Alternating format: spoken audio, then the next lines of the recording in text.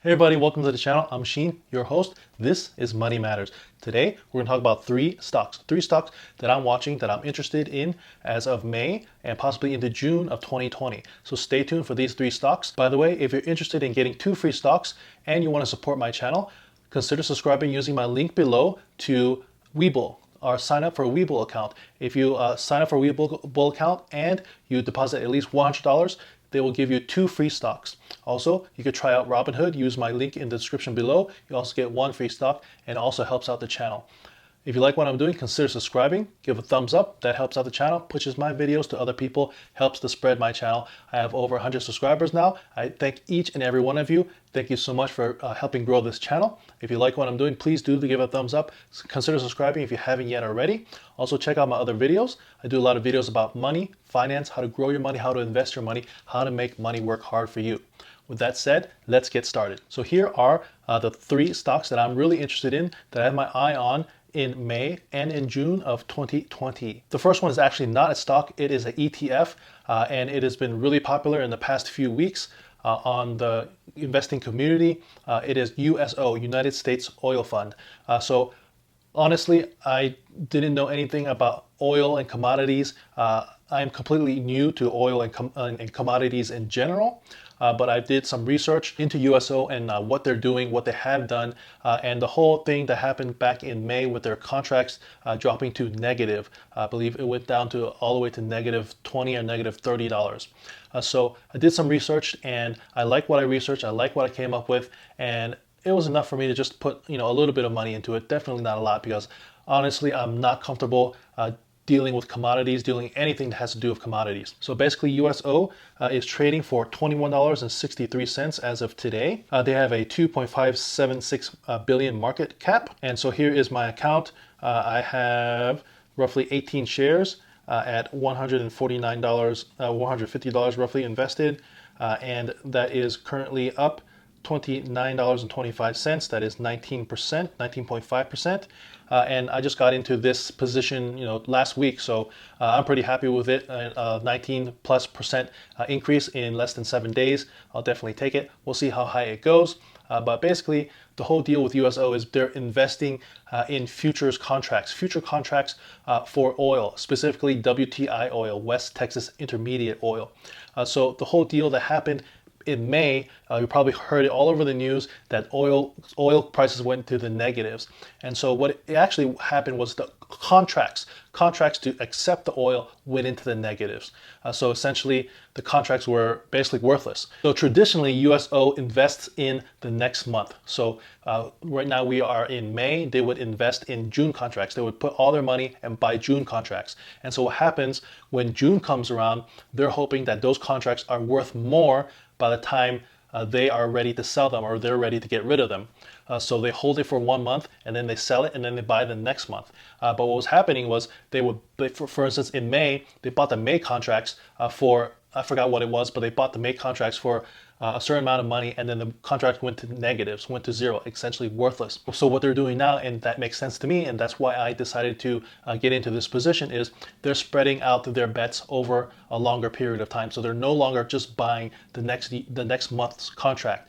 They're spreading it into multiple months and some into next year. So like I said, traditionally they used to buy just the next month's contract, but USO is now buying roughly 30% of its portfolio in July contracts, 15% in August contracts, 15% in September contracts, 15% in October contracts, and 15% in December contracts, and roughly 10% in June 2021 contracts. So what does that mean? Here, take a look at this chart. This chart will make everything make sense. So these are the contracts at their current price as of currently, right now, on May 5th. So we're looking at the next contracts that they own, which is July 2020. So currently their price is $26.50 per 1 contract, and that is actually up 3.72 currently. So you'll see that the contracts are more expensive as the time goes further out. So August, September, October, all these contracts that I highlighted in red, they own. So let's go into October 2020. You'll see that is a $30.18 contract. For each contract, it is $30.18. So you'll see that they're spreading out their bets throughout a longer time. So as long as oil is continuing to go up, USO will be making money. So USO holds contracts longer now, spanning it into the next few months and into next year. So for instance, if you were to buy a contract for next month for June, you would be paying roughly $24.50, 57 cents currently. And the cost of oil currently for June is $24.35. But what's going to happen as long as oil prices keep on going up, by the time June 1st rolls around, you're going to be holding the contract at the same price, $24.57 that you paid for, but the actual oil is going to be worth more because oil prices are going to go up. That is the thinking, that is the thought. So as the economy starts to open up, as people start to travel more, hopefully airlines are flying more, they're going to use more oil. And so the supply and demand is going to balance out. And so the oil prices would go up. That is the thought. So it basically boils down to, do you believe or do I believe that the cost of oil is going to go up in the next few months to a year, or is the price of oil going to keep on going down? So, I mean, nobody knows, but I'm betting on the prices of oil is going to go up. It probably is almost rock bottom right now with the whole economy closed. Nobody's flying, nobody's traveling. The Saudis are pumping oil, the Russians are pumping oil, United States is continuing to pump oil, so there's an oversupply and nobody's using oil right now. So the price is at its rock bottom. I don't think it could get any much lower than this. So as we slowly start opening up the economy and things start moving again, we're going to use more oil. Oil is still the number one resource, so it is not going anywhere. And as soon as we open up, we're going to burn more oil, and the price of oil is going to go up.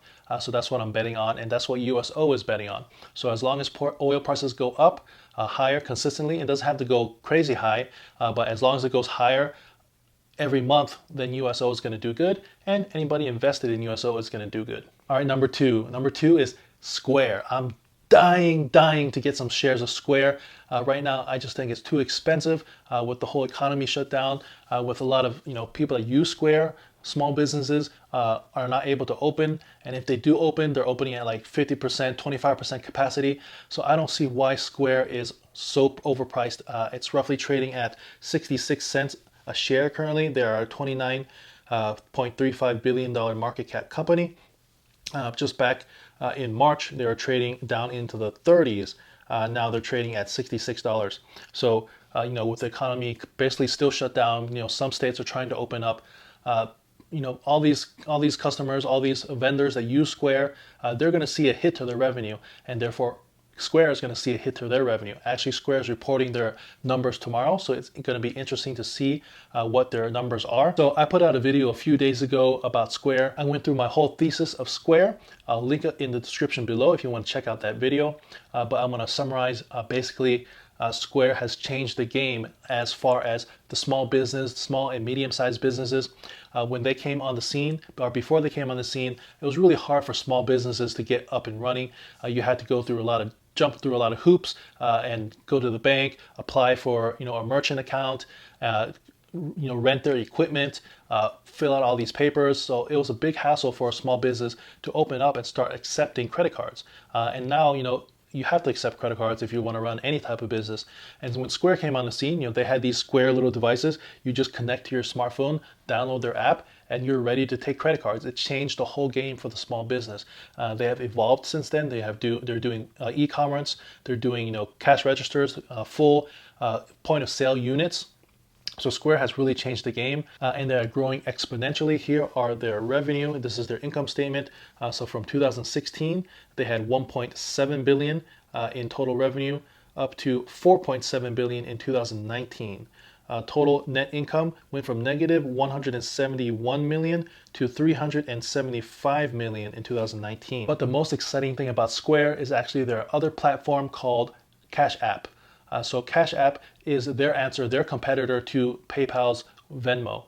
So Cash App, you can send money to your friends, all free of charge if it's through your bank account or if it's from your balance.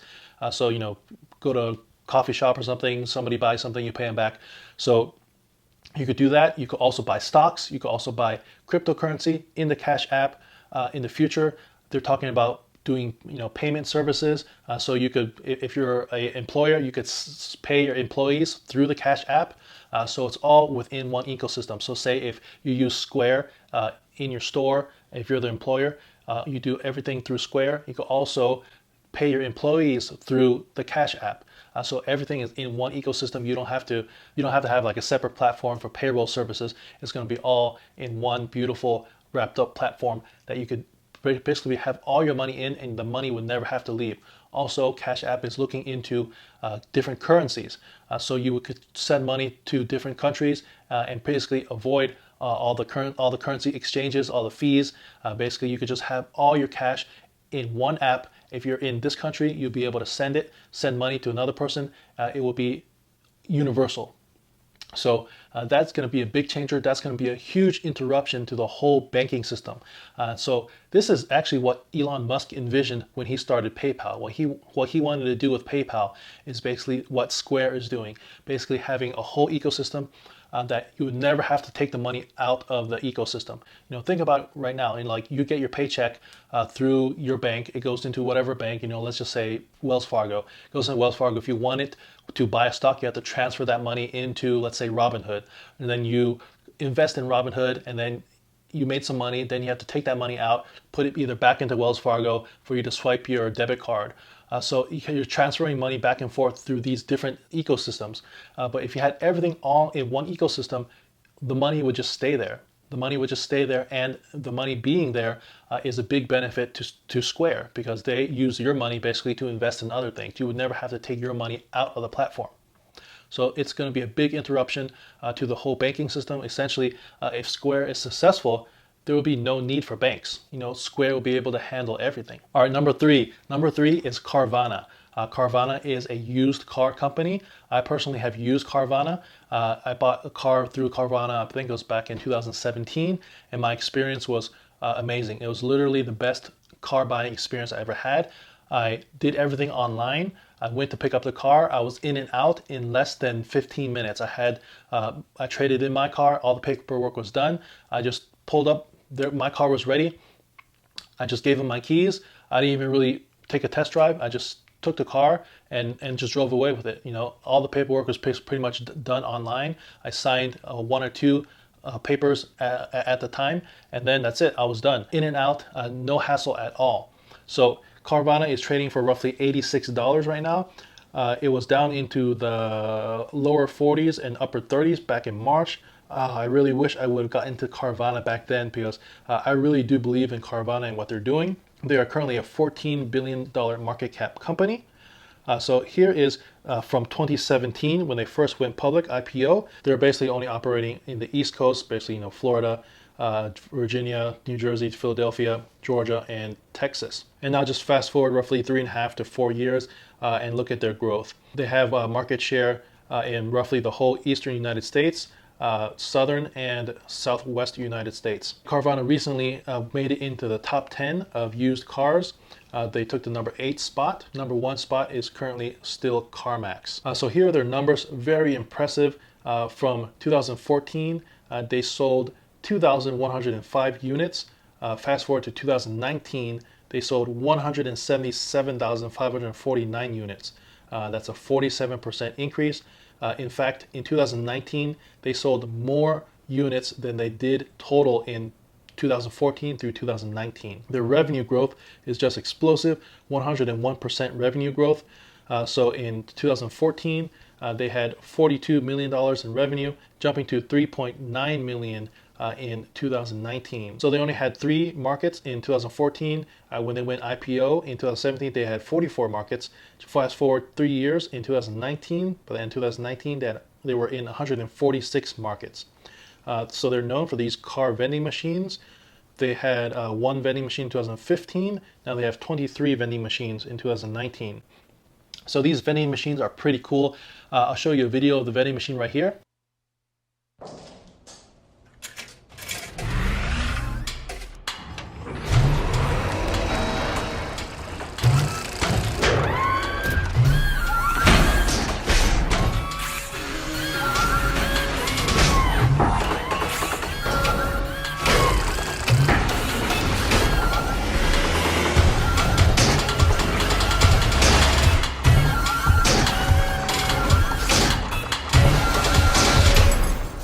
So how cool is that? So basically, you do all the sale, everything online. You look for the car online. There's pictures, there's videos. You can see your car. You can see all the imperfections. You do all the paperwork online, and then you just either request that they deliver the car to your place of work or to your house. They will just deliver it for free. You could test out the car for 7 days. If you don't like it for any reason, they'll come and pick up the car, and you can just return it. You can also go to their store and you can pick up the car from the store. And if they have a vending machine, it is super cool. They give you this big coin, you stick it in the vending machine, and then your car, you can see it live on the video. The machine goes in, picks up your car, and it basically comes down an elevator, kind of like a vending machine. The whole experience is pretty cool. I looked up a lot of people's experiences on YouTube, and most of the experiences are positive. So Carvana, I definitely think, is a winner. They are poised to grow and possibly compete with the biggest player out there, which is CarMax. And interesting thing about what Carvana is doing versus CarMax, I'll show you right here. Here's a Google map of CarMax versus Carvana. So look at the space of Carvana. So here is one of their spaces in San Antonio. So they have basically a small parking lot, the building, and next to the building they have a vending machine. So the total square footage of this area is roughly 42,698 square feet. So they have a network of cars, and they have their logistics really down. So basically, if you order a car and it's not in the state that you live in or not in the city that you live in, they can usually deliver that car. I believe within 2 to 5 days, they could have that car delivered to you. So they don't have to have all these cars in one huge parking lot that they're spending a fortune for the land, for the taxes. So they just have a small footprint, and also they have these vending machines that they can stick like 30 or 40 cars in. So compare that to what CarMax has. They're probably the biggest player in the used car game. So CarMax traditionally has a huge parking lot, roughly 576,000 square feet. Compare that to CarMax's 42,000 square feet. So I compare CarMax to kind of like the old way of buying cars. You just go there, you look at the car in the parking lot, you walk around the car, you don't have that many choices. Usually you're going to buy the car that's on the lot. Of course, you can order from CarMax and they'll deliver you a car, but a lot of people just go to CarMax to buy whatever car is on the lot. But I think the new generation, the new way is buying on the internet, having the car delivered to you, or just going there and picking up, enjoying the experience that Carvana has. So again, I think Carvana is a winner. I'm really interested in Carvana. If the price point drops down into the 40s, I'm definitely going to pick up some shares of Carvana. We'll see what happens. I really like Carvana. I really believe in what they're doing. Like I said, I'm a customer of Carvana. I bought my last car with Carvana. I watched a lot of the interviews with the CEO, Ernie Garcia, and I just believe, well, first of all, he's the CEO and founder, and I always love that, a founder that's still the CEO of the company.